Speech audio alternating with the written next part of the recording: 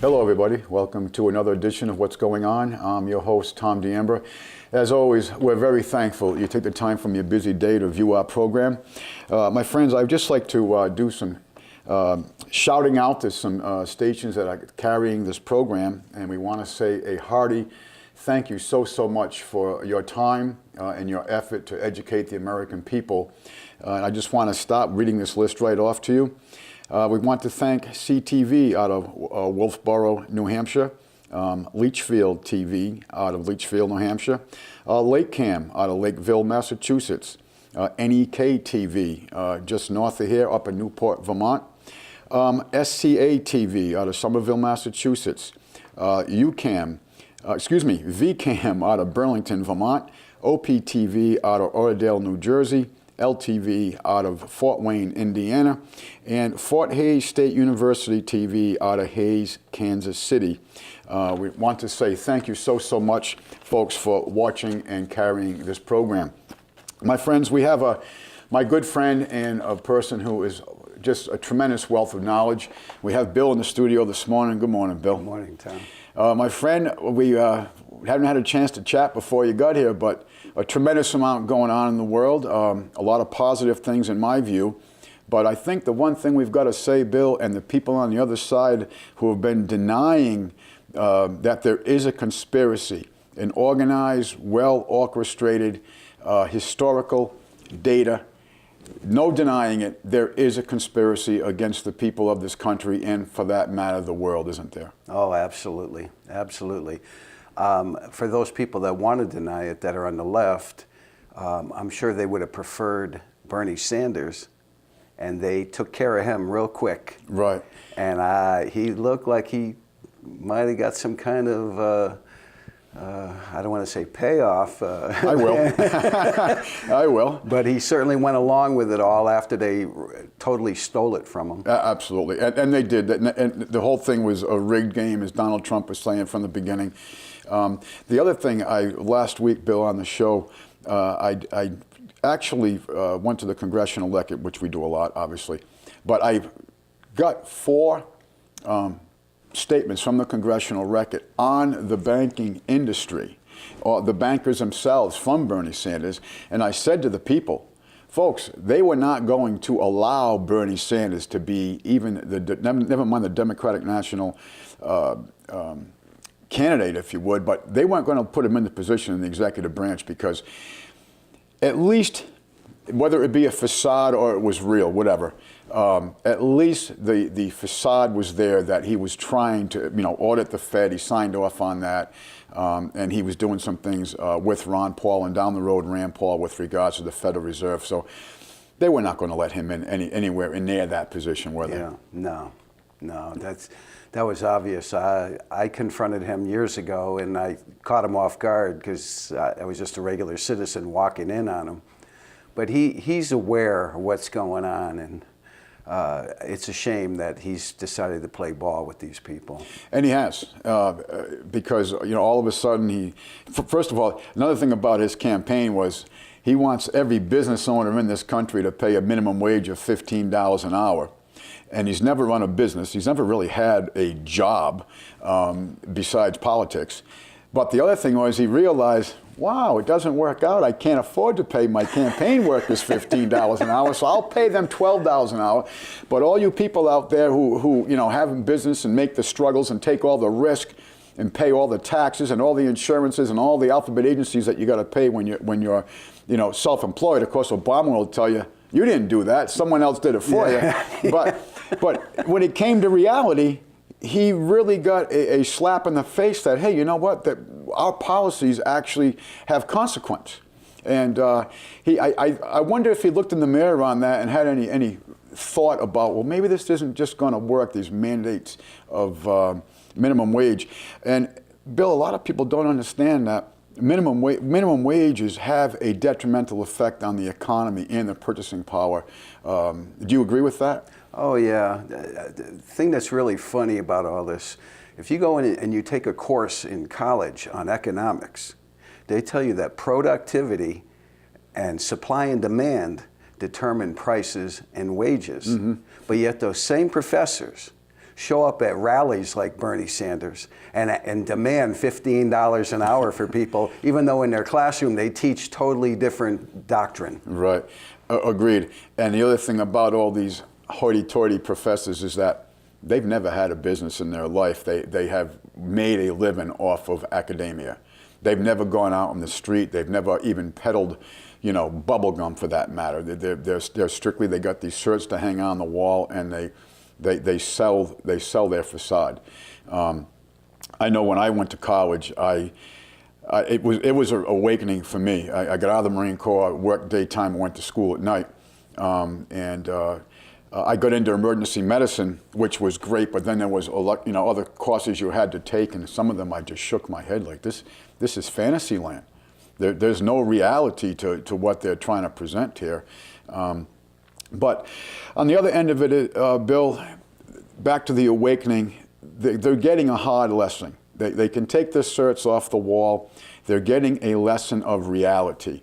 And I think the American people, and maybe I'm wrong with this, but I want to ask you a comment on it. We both agree that there is an awakening going on in this country. But is that awakening going to divide the people even more if we don't get the education across the demographic spectrums of our nation? Well, you could see the people that were at that rally over the weekend, they are not open to the truth.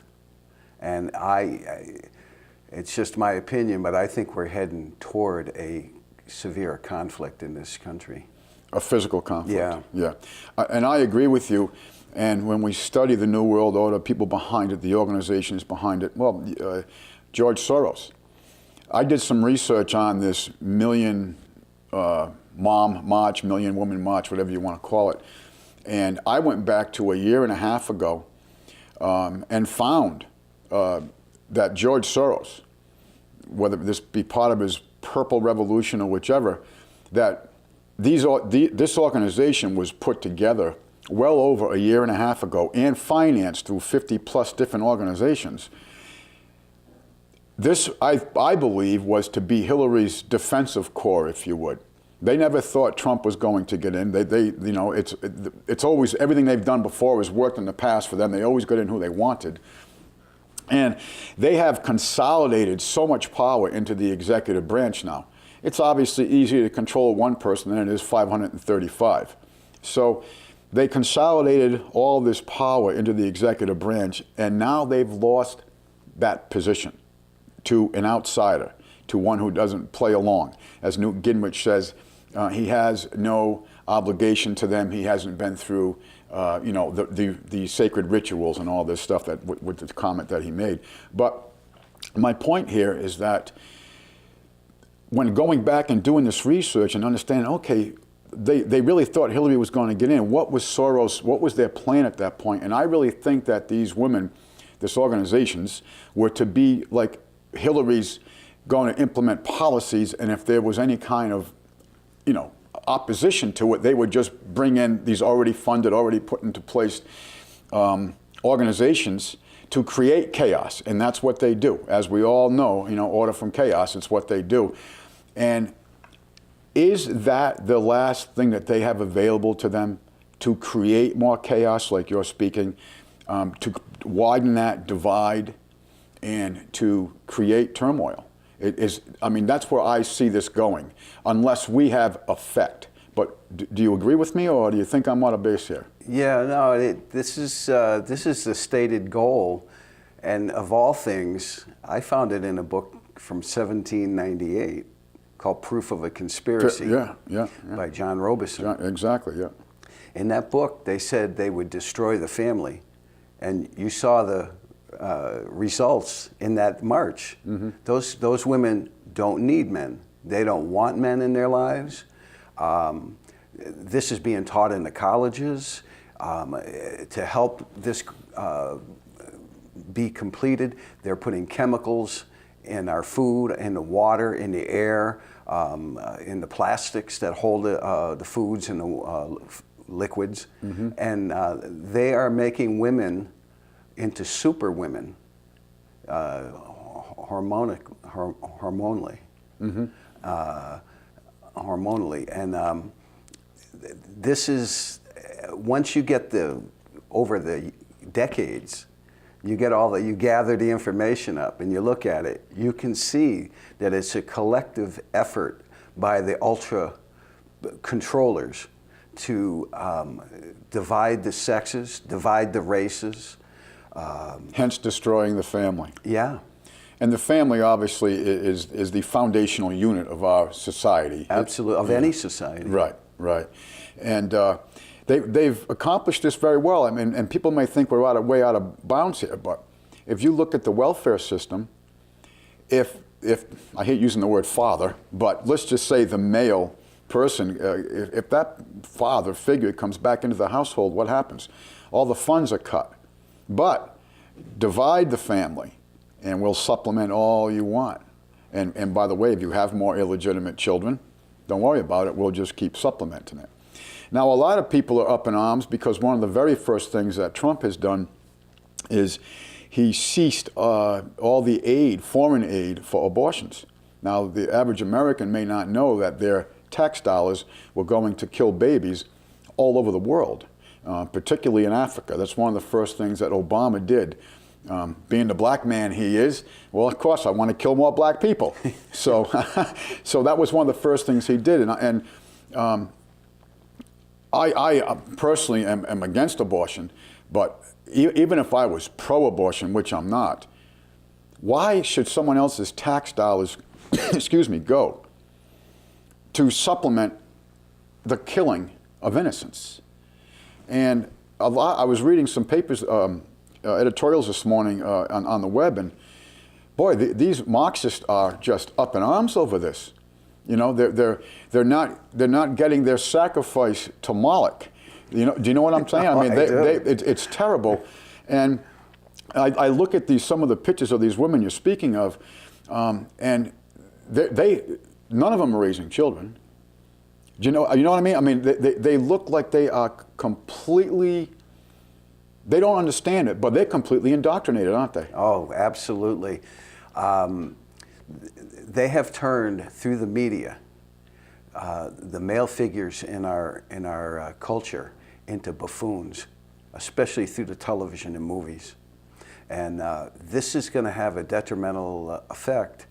The last time I did the show for you, I spoke of the Million Man March with Louis Farrakhan, and how he was asking black men and minorities to man up and be a father to their children. And he maintained that he wanted that because he saw that black young men were having a hard time with authority when they were confronted by authority, especially white men that were authority. So this is a well-known fact in the academic areas of minority culture. Right. I read a statement some months ago from Bertrand Russell, and it was basically that how the use of academia, how they will take away all independent thinking, and that the student will not be even capable of independent thinking, and the student will act the rest of his life as their schoolmasters would have desired. And then I showed the picture of them when Trump won, of the girls having their, all over the country, they're having these cry-ins. That's exactly what academia wanted, just to complement what you're saying. They don't want an independent, sovereign, free will thinking people. They want a very docile, unable to see what's in front of them people. And they've been successful, haven't they? Oh, unbelievable. And I remember George Carlin doing a routine about this very thing, how they were going to destroy schools. And he went on, in one of his shows, and I'm sure he caught people off guard because he was actually telling the truth. And this was a little bit before he died. So there are people, out there. He was a very independent-minded person. Absolutely. But people that think for themselves, I'm sure, can see what's going on. Right. And I think that's why the education effort that people like you and I have been doing literally for decades, we're starting to see gains in the sense that, first of all, the mainstream media, well, I'm just going to ask you, where do you think the mainstream media is with regards to credibility? And I'm not outside the divide paradigm, but just the average American. Do you think the average American is still swallowing it all, or do you think they're starting to regurgitate some of the lies? I think that they're starting to question. I don't know if they've decided anything, but I'd say probably 60% of the population is starting to question. Even when they're hardcore left-wing supporters, I believe they are seeing that everything doesn't add up anymore. And I drive cab, and I get people in a cab all the time that tell me they don't know what to believe anymore. And that's a step in the right direction. Right. And that's something hard to admit because your bubble's been bursted, hasn't it, at that point? Oh, yeah. Do you know what I mean? Oh, I yeah. mean, you know, especially the people, and I hate the divide paradigm, but you'll find people on the right, when I have conversations with them about what's really going on, they at least will have, to some degree, logic in their thinking. The people on the left, all they want to do is scream and yell and not have discussion. I've said it, and some of my friends who are, you know, are very strict Democrats, boy, you sit down to talk to them, you know, about events, about history. First of all, they're ignorant of it. You know, you get into something like the birth certificate. I had one friend about 3 months ago that him and I got into the birth certificate. And him and I have been close friends for 30 plus years. And he wound up using some pretty coarse language to me because I'm absolutely wacko. This couldn't be right.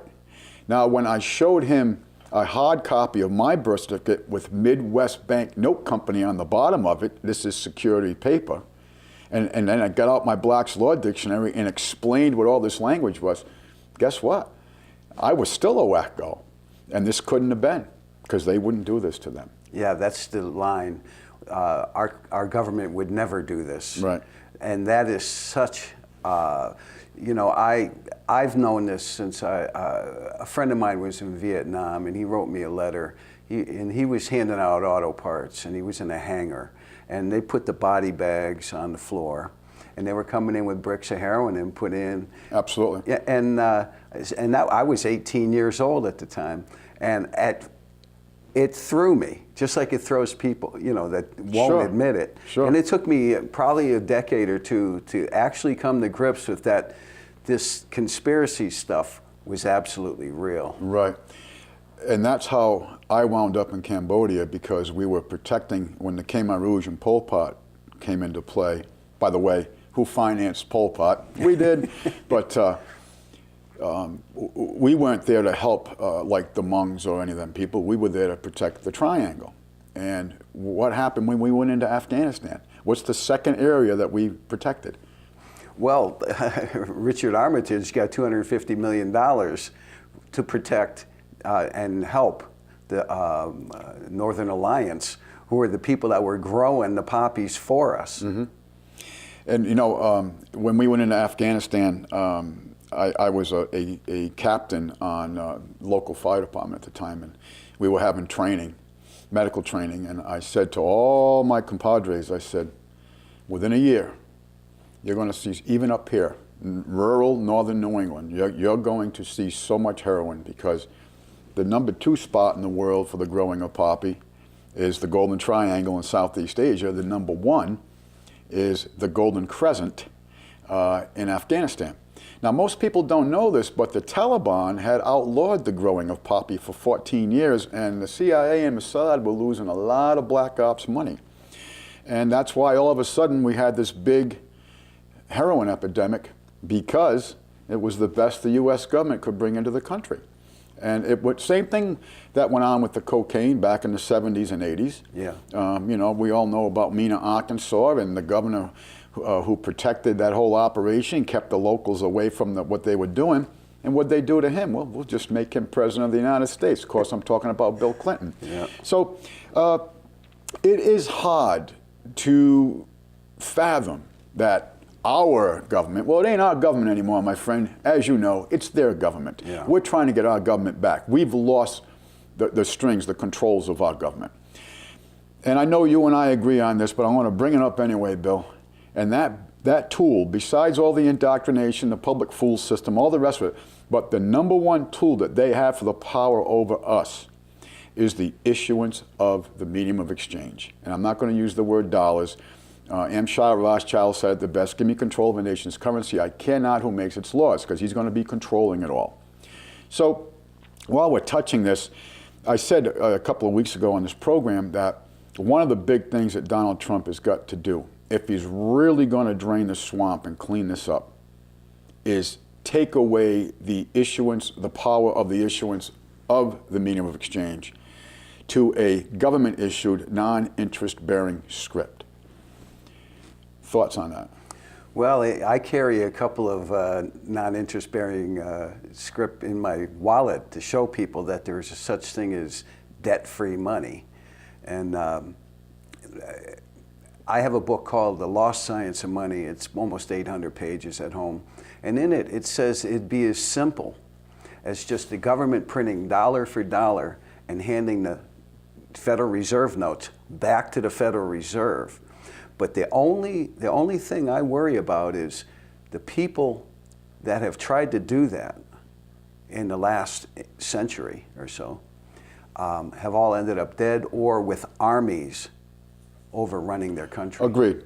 Gaddafi in Libya, Hussein in Iraq, JFK, Abraham Lincoln. Adolf Hitler. Adolf Hitler, thank you, I was going there. Adolf Hitler, exactly. And you know, people don't realize, but Adolf Hitler had a lot of, financing from the Americans, Brown Brothers, Harriman, Union Bank, all that, as we know. We've been over that history before. But when he started issuing his own, the marks, the German marks, all of a sudden things changed. So Trump, if he understands history, he's got to make this happen. He would have to educate the American people on our lack of a money system, wouldn't he? Oh, yeah. I'm hoping he'll do the fireside chat routine like Roosevelt and explain to the people that we're in a huge crisis right now. It isn't coming, we're in it right now.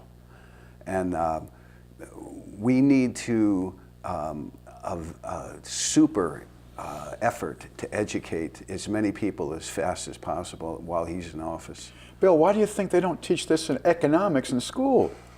Well, you know, I have a friend with a PhD, and when I first started studying economics, he straightened me out about a lot of stuff.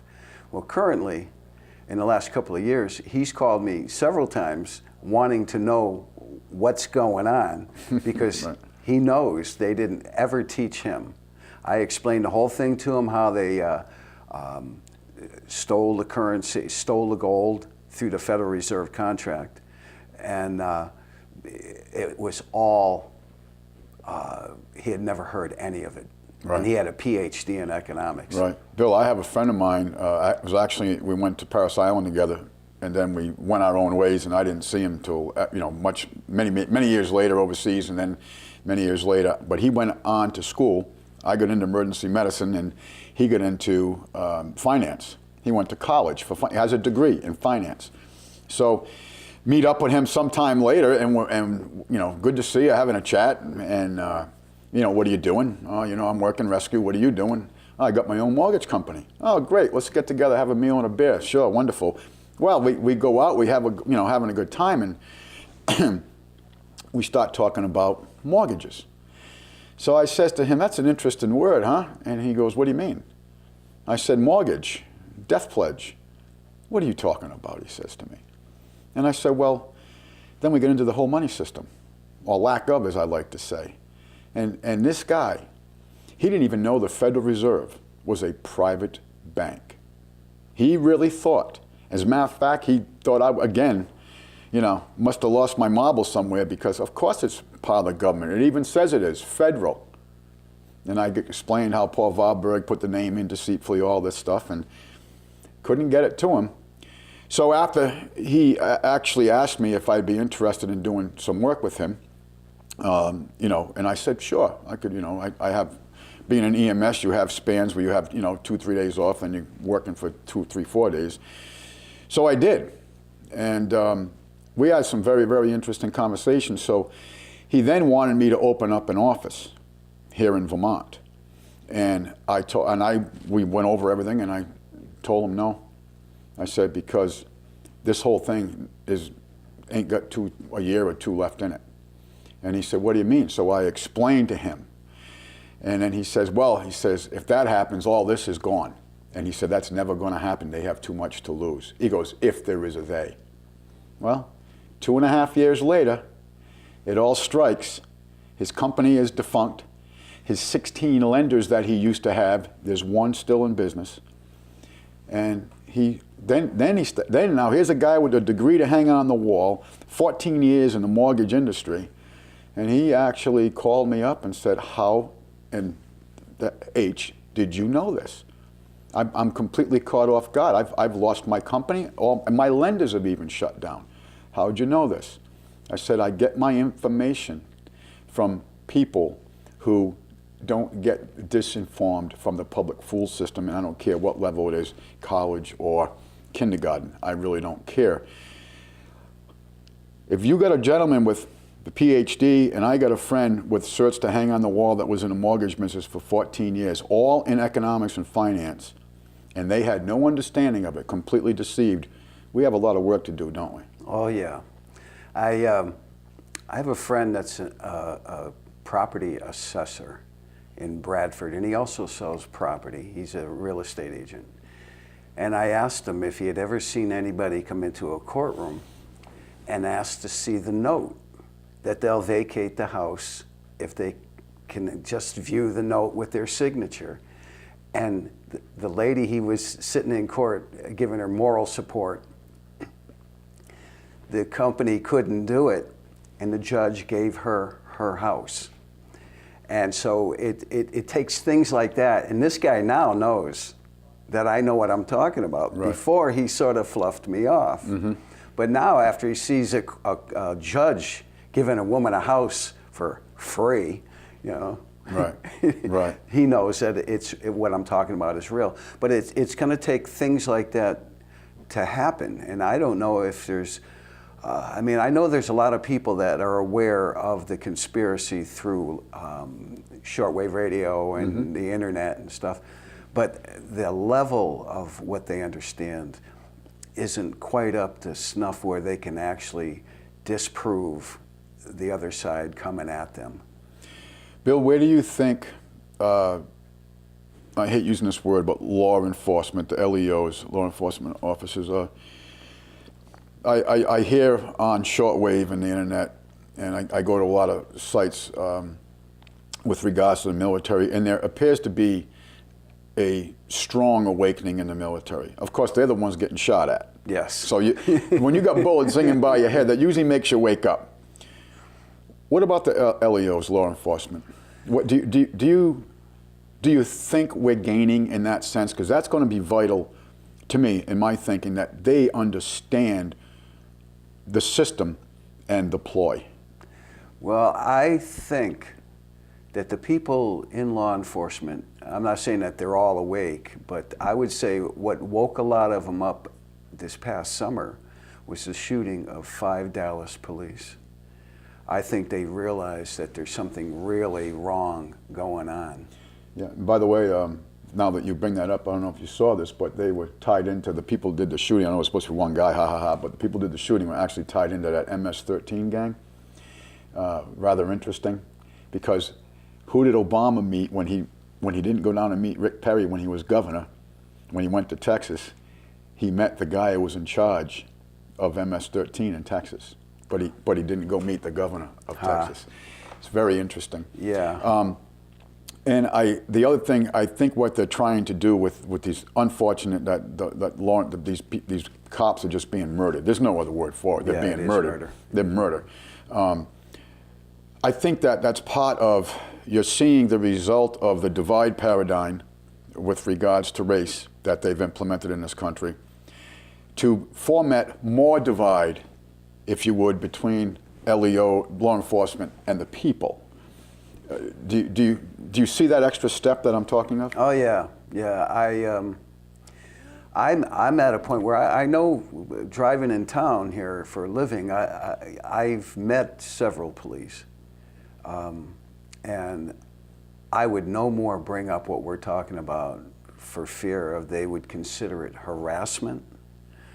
I wrote a letter to the editor a couple of years ago saying, if you think you have a constitution, bring it up during a traffic stop, and you will end up interfering with an officer will be the charge, or in a courtroom of contempt. Right.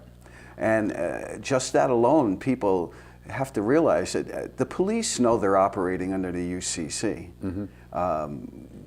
For those who don't know what the UCC is, Uniform Commercial Code. Thank you. Explain that a little bit. Well, the Uniform Commercial Code was put in place because under common law, you can't use IOUs as money. So they had to come up with a system of law that would be compliant with debt. Yes, and that's essentially what it is. Right. And also, we know it as commercial law, but what does that do to the person on the road and that person's vehicle? Well, this is another thing. I was in a coffee shop in Littleton, New Hampshire, and across from me was a sheriff from Lowell, Mass. And I was reading from Congressional Record. It was Louis McFadden. Oh yeah, one of my favorites. Yeah, and the law officer there, he said, "Son, it's way worse than what you're talking about." I said, "Sir," he says, you think you own your car?" I said, "I do. I have a certificate of title at home." He says, that certifies that there is a title. That's right. And that the title was at the Secretary of State's office. Absolutely. That's 100% correct. If you look at the manufacturer's origination instrument, not certificate, it's called the MSO, MO. Right. Manufacturer's Statement of Origin. State of origin, that's what it is. I'm sorry. It's been a lot of years, but exactly. You don't get that. No. You don't get that. And same thing with your land. They say, oh, I own my house. You do? Go look at your certificate. You are a tenant in common, or joint tenant. But either way, you're a tenant.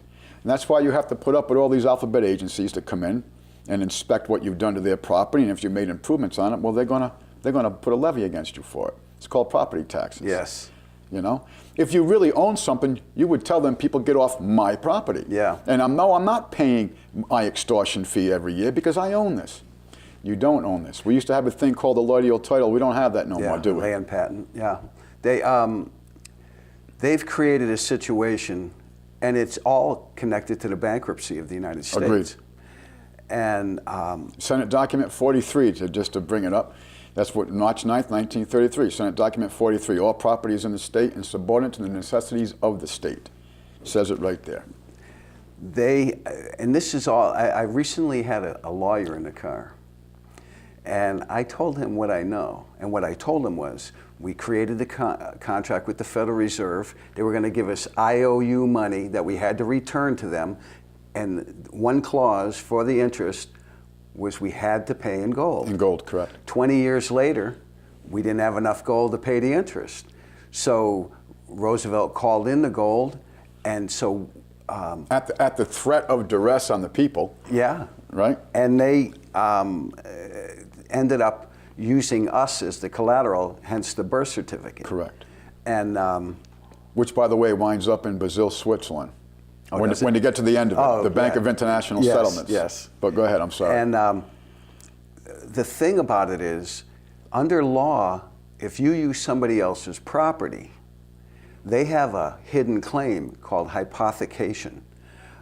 That hidden claim means that they have a claim against everything you think you own because you used their property, the Federal Reserve note, to get that property.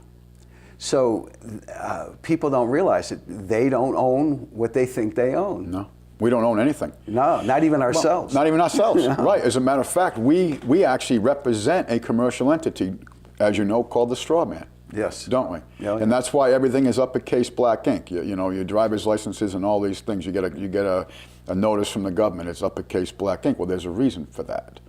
And because we do not own anything. It's very simple. In a commercial law system, you're either a debtor or a creditor. Now, we're all bonded through the birth certificate. We are a co-surety to this facade debt.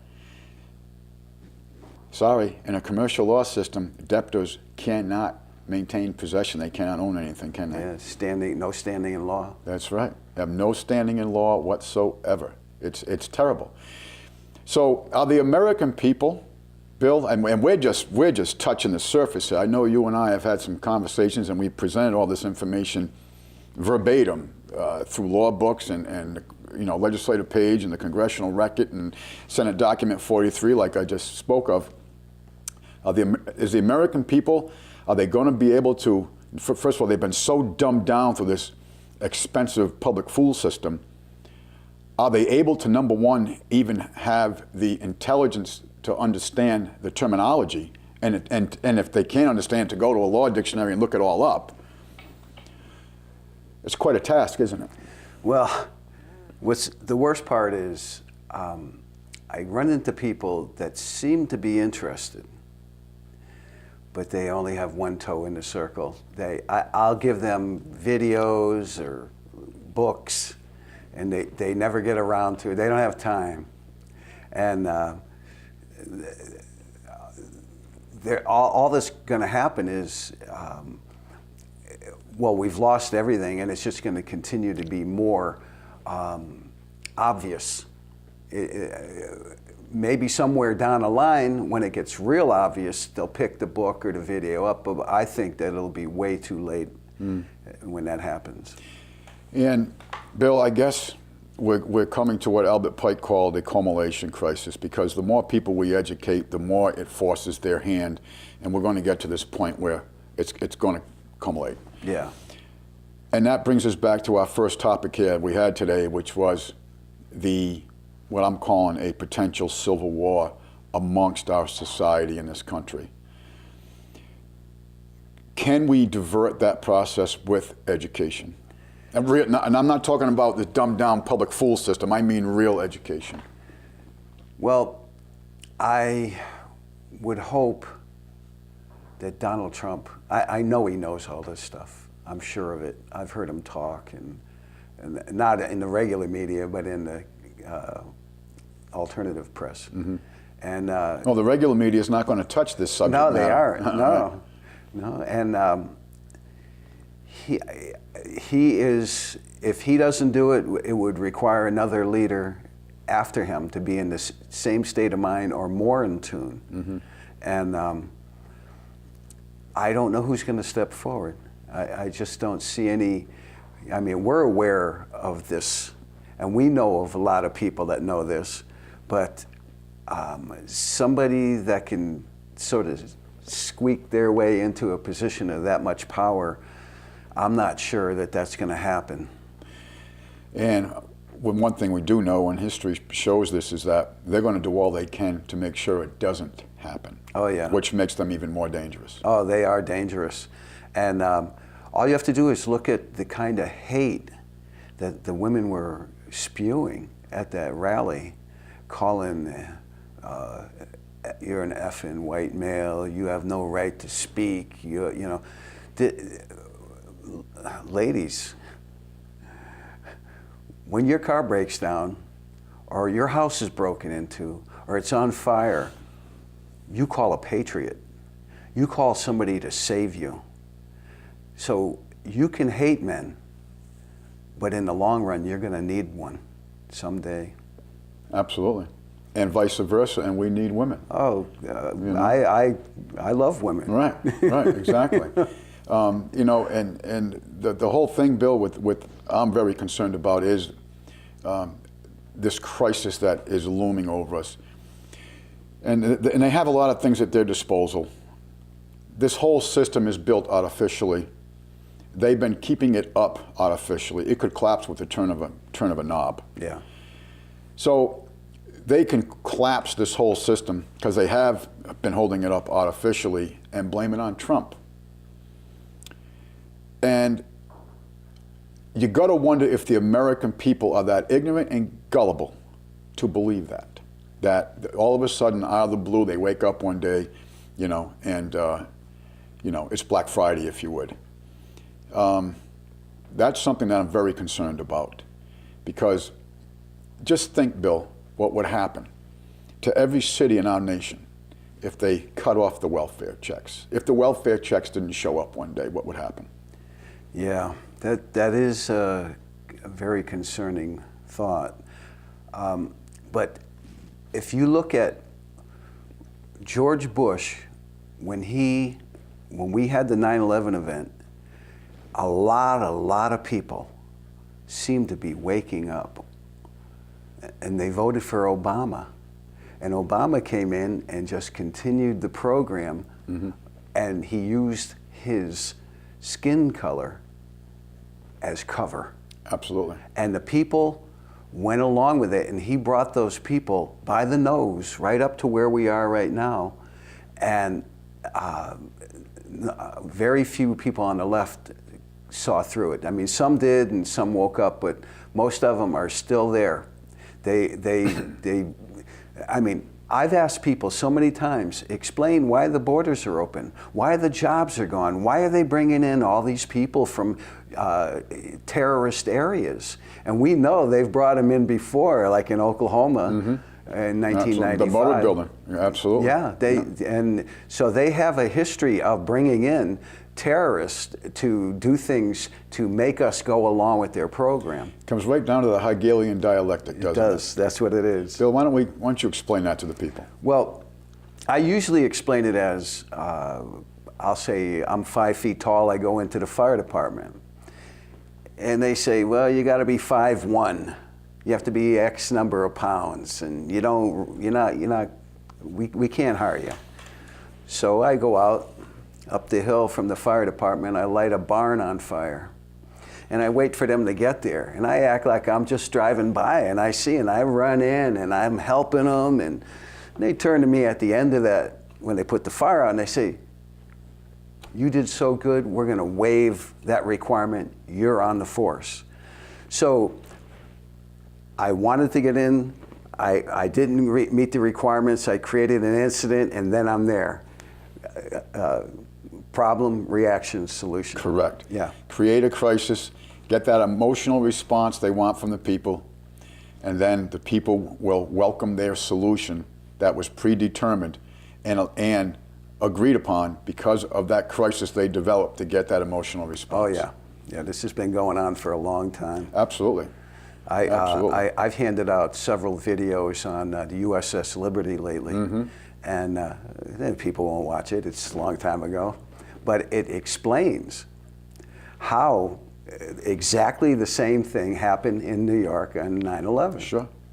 I want that GD shipped to the bottom. That's right. Lyndon Baines Johnson. Yep. Why don't you, while we're on that subject, why don't you just do a real quick brief on that? Well, the USS Liberty was a spy ship. They removed all weapons off the ship, so they had no defense. They were non-combatants at that point. And they were sitting off the coast of Israel. And along comes planes and gunboats that weren't marked, and start shooting. It killed several men on board, almost sank the Liberty. They got to port, and McGonigal, or whatever his name was, the captain, was given a Purple Heart for going through action, military action, and they were all told that they could not say anything about it. And he was given his award in secret. And there are people still alive from that incident that are out. Right. You know, I have a book on it, the video on it, and those guys, some of them are still out trying to wake the public up about that incident. Right. And what I was talking about with Lyndon Baines Johnson was the aircraft from the USS Saratoga was coming to help them. And Johnson's call the wing back. I want that GD ship to the bottom. Yeah. He wanted to kill all the American sailors and Marines on that vessel. And use it as an excuse to enter the war against Egypt. They even had a plane with a nuclear weapon headed that way to Cairo. Right. It's so amazing. The only thing that stopped it, this is pretty ironic, was a Russian ship, trawler was in the area and saw it go on. And once again, the Russians pulled our chestnuts out of the fire, so to speak. Right. Them terrible Ruskies. Oh, they're terrible. They're at it again. Oh, yeah. They're hacking the DNC. I mean, they're responsible for Trump's. Yeah. Them terrible Ruskies. Of course, nobody's bringing up the death of Seth Rich. Right. 4 bullets in the back. Murdered. Right. Yeah, Right. it was a robbery, even though nothing was taken. Right. And you brought up Louis T. McFadden earlier, who, by the way, as we know, history proves, was poisoned to death. Yes. Recent Roger Stone. Oh, yes. Why don't we get into that a little bit with the time we have left? Bill, why don't you give a broad picture of that? I've heard recently Roger do an interview on InfoWars, and he said that he spent weeks ill, and that the test came back conclusively saying, I believe it was polonium-210. Yes, Yeah. polonium-210. And which is the way that Russian that can have a hard time with his name. I know the Russians. Right. He was poisoned. Yeah, with the very in same England. thing. Yeah. So they tried to get rid of Roger Stone, and just as they got rid of Louis T. McFadden by poisoning. Roger Stone was essentially the guy that talked Trump into running. Right. He was an aide to camp, if you would, as I would put it. He was a chief advisor for him, and he's been involved, back from the Nixon era. He was involved, Barry Goldwater. He was involved with Barry Goldwater, which another gentleman who really tried to warn and educate the American people. He's got a good book out there. I can't remember the title of it, but it's phenomenal. Yeah. So, again, that's just a demonstration of how dangerous these people are, and whether it's one person or a million, as Zbigniew Brzezinski said, it's definitely easier to kill 1 million people now than it is to control them. Yeah. What does that say about their mindset, Bill? They, ask the American Indians, Yeah, ask the American Indians, right. But I'd like to go back to Seth Rich. I'm not sure everybody knows who that is. Please do. He was a DNC techie who wasn't happy about what they had done to Bernie Sanders. He was on his way to meet with the FBI, and somebody shot him in the back and killed him. And Julian Assange has leaned at that's where they were getting the leaks from for the Podesta and all this stuff. Yeah. So they're. And did you notice, my friend, not to cut and cliff, I'm sorry. Did you notice this was a perfect redirection? Because we're not talking about the pedophile rings that were in these emails. We're not talking about the corruption, the bribes, the Clinton Foundation. No, we're talking about the terrible Ruskies that put all it to light. I've noticed that the only people that are talking about the contents of those exposed emails are the alternative press. Mm-hmm. The fake news. Right. Yeah. Right. The so-called real news won't tell you what's going on. I mean, pretty disgusting, all these pedophile rings. This is, I had a video from Ted Gunderson. Oh, yeah, FBI, sure. He was head of the FBI in Las Vegas for 27 years. Right. And I received a video from him on the running of children from Boys Town to Washington, D.C. Mm-hmm. And it was done by a black gentleman named, I believe it was Lawrence King. I have a book at home called The Franklin Cover-Up, mm-hmm. done by, I believe it's John DeCamp, a state legislator. They were bringing all these children to Washington, D.C. As playthings. And Ted Gunderson, he actually ran for the presidency against Clinton after he had given Janet Reno 80 boxes of files on child's ritual sexual abuse. Yep. And we're talking satanic rituals. Absolutely. And he was so frustrated with the Clintons that he paid $1,000 to run in New Hampshire, so hoping the press would come up to him so he could explain what he had learned. Mm-hmm. And Janet Reno, boy, she was all part of the whole thing, wasn't she? She was all part. Well, look what she did to the women and children at Waco. Oh yeah, that was burned them alive, and when they ran out of the auditorium, they just gunned him down. They did. Even one guy was going back through the field from work, and they killed him. Mm-hmm. So yeah, they were hell-bent on killing those people. And from what I understand, the prior leader of the Branch Davidians was allowing the CIA and other government agencies to land planes alongside of their compound, and the planes were carrying contraband. And David Koresh had told, he was going to the firing range at the BATF and telling them, excuse me, that he had information he was gathering to bring an indictment against certain people he knew that were doing it in the agencies. Well, they had to get rid of that, didn't they? Oh, they did. And so what if the women and children go with it? Yeah, well, they made sure they killed as many so there wasn't anybody to corroborate that story. Right, right. And of course, now that's a historical date. Then they blew up the Murrah building in Oklahoma City, which you touched on earlier, on the anniversary. That was April 19th, 1993 was Waco. April 19th, 1995 was the Murrah building. They couldn't get the anti-terrorist bill passed, so what they do? They blow up the building. They keep all the federal employees out of there, if you remember that. Yeah.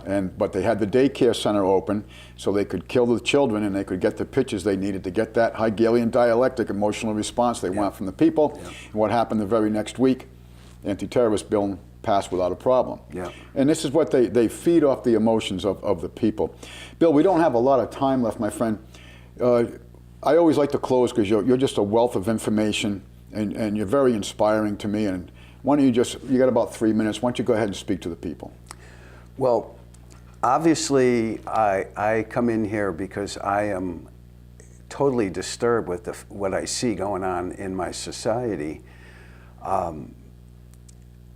They're using women on many occasions to, they know that women have power over men. They know that women have power over children. So they're going at women and confusing them. We don't believe in God anymore. Natural law, common law, the Constitution are all out the window. If we don't get back under natural law, what will happen is we will lose our society. If we stop reproducing, which it's happening, there are fewer and fewer people forming families now. It has a direct correlation with so many houses for sale, so many so that they keep some of them off the market so the prices won't go down. And consequently, we're just not developing families. And the family that is, the children that are raised by the women, I had a lady friend one time. She was teaching her son to put nail polish on and carry a handbag. This is what's going on in our society now, along with the chemicals in everything to confuse our hormones. And I don't believe that it's going to get better unless women start waking up. I know it's hard to get through to all people, but because of this, the role that women play in our society, I really believe they need to take a second look at all this. They do, and I agree with you that look at marketing, Edward Bernays, right? I mean, he knew if they were going to get certain things they wanted into the market, they had to address their marketing schemes to who? To the women. Yes. And it's been very, very successful. Yes. Very successful.